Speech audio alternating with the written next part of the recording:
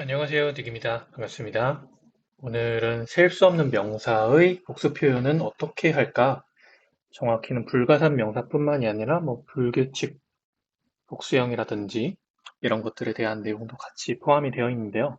어쨌든 가산 명사가 아닌 경우에 복수 표현을 어떻게 하는 것이 좋을 것인가를 좀 생각해 보려고 합니다. 예를 들면 information 같은 게 있죠. 단수도 복수도 information이라고 적습니다. 만약에 여러 가지의 정보라는 의미에서 복수 표현이 하고 싶을 때 이것을 어떻게 변수명으로 표현하면 좋을 것인가? 여러 가지 방법이 있을 텐데 자료형을 붙여서 표현하는 방법이 있을 것이고 자료 구조임을 알리는 방법이 있을 것이고 s를 붙이는 방법이 있을 것인데요. 이제 표시가 두드러지게 되어 있듯이 결론을 미리 알려드리고 있습니다. S 붙이기가 결론인데요. 일단은 한 가지씩 살펴보면서 왜 S 붙이기가 좋겠다고 생각을 했는지 결론으로 도달해 가보도록 하겠습니다. 그럼 본론으로 들어갈게요. 첫 번째 자료형 붙이기죠. information list, information map 이런 식으로 타입을 붙이는 거예요. 변수명에. 근데 이건 좋지 않다고 생각을 했어요. 왜냐면은 변수명에 구, 뭐 리스트 구체적으로 리스트가 쓰이는지 맵을 쓰는지 등은 이제 구현의 정보라고 생각을 했거든요.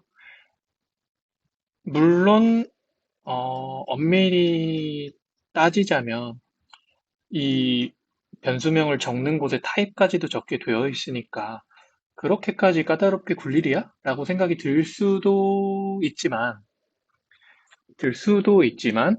뭐 예를 들어서 리스트 안에서도 얼마든지 여러 가지의 리스트로 구현이 변할 수도 있고 하잖아요. 어쨌든 지금 예시로 든 것처럼 리스트와 맵 이런 식으로 완전히 다를 수도 있고요. 어쨌든 구현의 정보인데 자료 구조가 어떤 자료 구조를 택해질지는 그 자료 구조를 구체적으로 관리하고 있는 객체, 어떠한 객체의 구체적인 구현 정보인데 그걸 사용하는 쪽에서의 변수명에 포함시킨다면 구현을 일부 노출한 것과 같다. 변수명과 외부의 구현이 얽혀 있는 상태다라고 생각이 이제 들었던 거예요. 뭐 얽히는 것까지는 괜찮다 치자고요. 근데 나중에 좀 전에 말씀드린 것처럼 뭐 어레이 리스트 쓰다가 링크드 리스트로 바뀐다. 뭐 링크드 리스트에서 뭐 맵으로 뭐 해시 맵으로 바뀐다. 그런다고 가정을 해볼게요. 그러면 변수명도 함께 바꿔줘야겠죠. 왜냐면 리스트에서 맵으로 바뀌었으니까. 그런데 만약에 놓쳤어요. 히스토리를 놓쳤어요. 어떤 순간에 이 구현 쪽을 담당하고 있던 사람이 어딘가에서 이걸 받아다가 리스트라는 걸로 저장해서 쓴다는 걸 모르고 맵으로 바꿔버렸어요. 그러면 어떻게 되죠? 물론 컴파일 에러가 나겠죠. 컴파일 에러가 날 텐데 어쨌든 뭐 이게 뭐 분리되어 있을 수도 있고 뭐 모듈로 분리가 되어 있을 수도 있고 시스템이 분리가 되어 있을 수도 있고 어쨌든 어, 모른다면, 이 히스토리를 모른다면, 그래서 만약에 이제 이 변수명과 실제 구현이 불일치가 일어나기 시작한다면, 이름은 맵인데, 뭐 안에는 뭐 어레이 리스트로 돼 있거나, 링크 리스트로 돼 있거나, 뭐 이런 식으로 될 수도 있는 거죠. 아니면 뭐 어레이 리스트라는 타입으로 쓰고 있었는데, 구현만 링크 리스트로 바꿨어요. 아니면 완전히 좀 다른 구조가 뭐가 있을까요? 어, 뭐 해시맵이었는데 뭐 아니 뭐 트리맵이었는데 해시맵으로 바꿨어요. 그래서 트리맵 순서가 있는 맵이어서 순서에 관한 메서드들을 사용하고 있었는데 해시맵으로 바꿔버려서 순서가 없어졌어. 그렇게 되면 그냥 오동작을 일으키겠죠. 이런 문제가 있어서 이제 좀 더 포괄적인 구체적인 타입을 노출하는 게 아니라 이거는 자료 구조다. 그러니까 단건이 아니라 정보 단건이 아니라 정보들의 자료 구조다라는 식으로 이제 information collection이라는 걸 이제 뒤에 붙이는 걸 뭐라고 하죠? 포스픽스를 한글로 뭐라고 하죠? 포스픽스가 전, 어, 한글이 생각이 안 나네. 어쨌든 포스트픽스를 붙이는 거죠. 콜렉션이라고. 이것도 좋지는 않다고 생각했어요. 근데 앞에서 있던 문제는 해결했죠. 왜냐면 구체적인 구현을 드러내지는 않으니까 그냥 자료 구조라는 어떤 추상적인 형태를 말할 뿐이지. 근데 왜 좋지는 않다라고 생각을 했냐면 어쨌든 이게 자료 구조라는 걸 알리는 거는 똑같잖아요. 물론 문제는 생기지 않아요.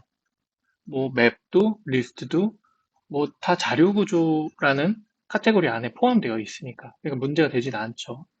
하지만 이게 이거는 좀 과한 생각일 수도 있어요. 근데 그냥 개인적인 사견입니다. 말 그대로.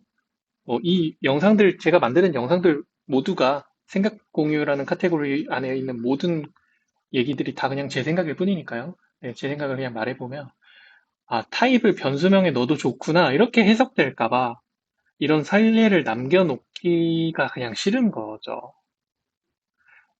이제 앞에서 이제 리스트나 맵 같은 거 쓰면은 좋지 않다고 생각을 했었잖아요. 이건 좋지는 않은 거고, 이건 그냥 나쁜 거고. 네. 그래서 이제 좋지는 않은 형태로 바꿨는데, 이런 식으로 썼네? 아, 리스트나 맵을 붙여도 되겠구나. 라고 해석을 혹시나 할까 싶어서 조금 이제 찝찝하게 되었던 거죠. 그래서 그냥 개인적으로 드는 생각이 이제 결론입니다. informations라고 하자. 문법을 맞추는 게 중요한 게 아니잖아요. 이게 뭐 토익 시험이나 뭐 토플 시험이나 뭐 영어 시험이 아니잖아요. 수능 영어를 보거나 이런 게 아니잖아요. 의미가 전달 가능하냐? 그리고 가급적 간결하냐? 그리고 모든 상황에서 적용 가능하냐? 이런 것들이 고려되는 게 훨씬 중요한 시점이라고, 중요한 상황이라고 생각하거든요. 제품을 만드는 입장에서는. 그리고 의미가 충분히 전달이 되잖아요. 아, 단건이 아니구나. 라고 누구나 봐도 알 수 있잖아요.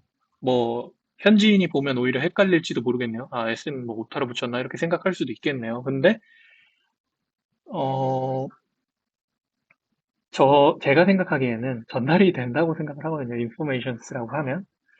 그래서 이게 뭐, 가산 명사면 그냥 붙이면 되고, 뭐, 불가산 명사든 불규칙 복수형이든 그냥 상관없이 그냥 S를 붙이자. 이제 그런 생각을 하게 되었습니다. 어, 결론이고요. 결론은 뭐 아까 처음부터 말씀드리고 시작했죠. 네, 이렇게 해서 S를 그냥 붙이고 있고요. 더 좋은 생각이 들게 되면 바뀔 수도 있을 것 같은데 현재로서는 이게 최선이 아닐까 그렇게 생각을 하고 있습니다. 오늘의 영상은 여기까지고요. 봐주셔서 감사드리고 다음 영상에 뵙겠습니다. 감사합니다.